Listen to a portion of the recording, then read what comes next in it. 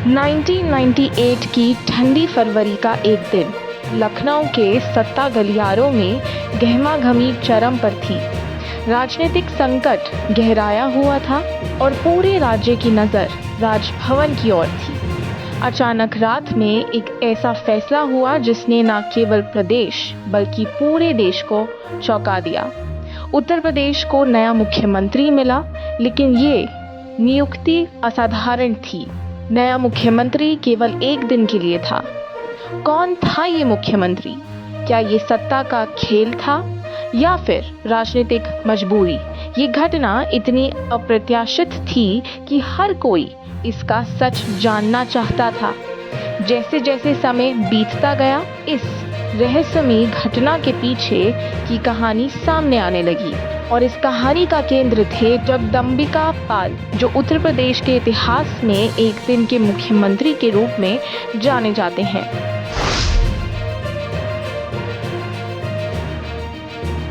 (1997) से 1998 का समय उत्तर प्रदेश की राजनीति में अस्थिरता का दौर था। कल्याण सिंह के नेतृत्व में भारतीय जनता पार्टी की सरकार गठबंधन के सहारे सत्ता में थी, लेकिन अंदरूनी विवाद और घटक दलों के असंतोष ने सरकार को कमजोर कर दिया। राज्यपाल रोमेश भंडारी, जो उस समय उत्तर प्रदेश के संवैधानिक प्रमुख थे, उनका विवादित व्यक्तित्व पहले से ही चर्चा में था। उन्होंने 21 फरवरी 1998 को कल्याण सिंह की सरकार को बहुमत खोने के आरोप में बर्खास्त कर दिया। ये फैसला अचानक और असामान्य था।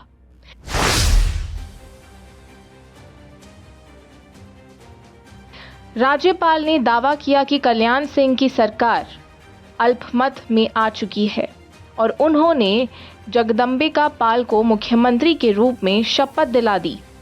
पाल, जो उस समय कांग्रेस पार्टी के एक वरिष्ठ नेता थे, अचानक उत्तर प्रदेश की सत्ता के केंद्र में आ गए।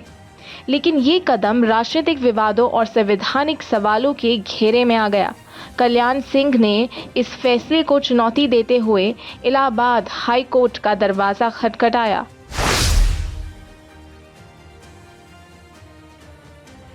22 फरवरी 1998 का दिन उत्तर प्रदेश के इतिहास में दर्ज हो गया।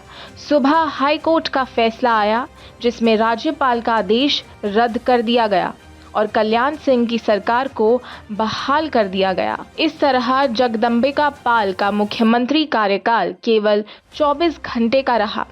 इस छोटी अवधि ने उन्हें एक ऐसा स्थान दिला दिया था जो भारतीय राजनीति में किसी अन्य नेता को नहीं मिला।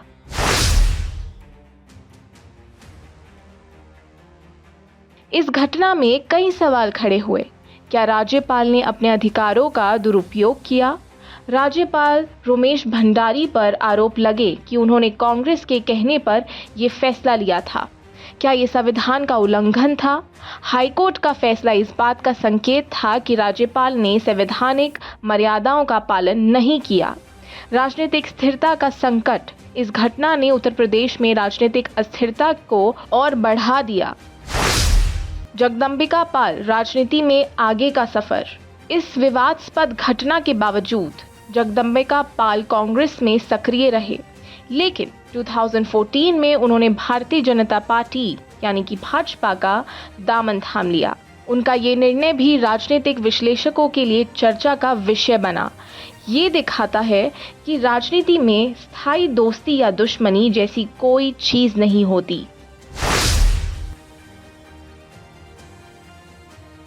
जगदंबिका पाल का एक दिन का मुख्यमंत्री बनना केवल एक राजनीतिक घटना नहीं थी, बल्कि ये भारतीय राजनीति और संविधान के बीच जटिल संबंधों का प्रतीक बन गया। संवैधानिक प्रावधानों का परीक्षण। ये घटना संविधान की व्याख्या और उसके दायरे को लेकर चर्चा का विषय बन गई।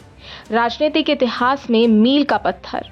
उत्तर प्रदेश जैसे बड़े राज्य में एक दिन के मुख्यमंत्री की कहानी भारत की राजनीति में अद्वितीय है। संविधान और न्यायपालिका का संतुलन। ये घटना बताती है कि कैसे न्यायपालिका ने संवैधानिक प्रक्रियाओं को बनाए रखने में अहम भूमिका निभाई।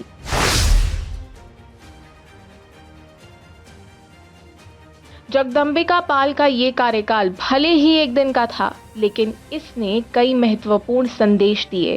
राजनीति में स्थिरता जरूरी है, सत्ता के खेल में संवैधानिक मर्यादाओं का पालन करना चाहिए, लोकतांत्रिक प्रक्रियाओं की रक्षा के लिए न्यायपालिका का मजबूत होना अनिवार्य है।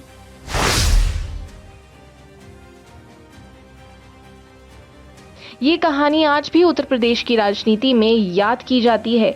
ये हमें सिखाती है कि राजनीति में कुछ भी स्थायी नहीं है। सत्ता का खेल हमेशा जारी रहता है, लेकिन समाज और संविधान को हमेशा प्राथमिकता देनी चाहिए। जगदम्बिका पाल का ये अध्याय भारतीय राजनीति का एक ऐसा पन्ना है जिसे पढ़कर हर कोई समझ सकता है कि राजनीति में एक दिन भी इतिहास बनाने के लिए काफी होता है।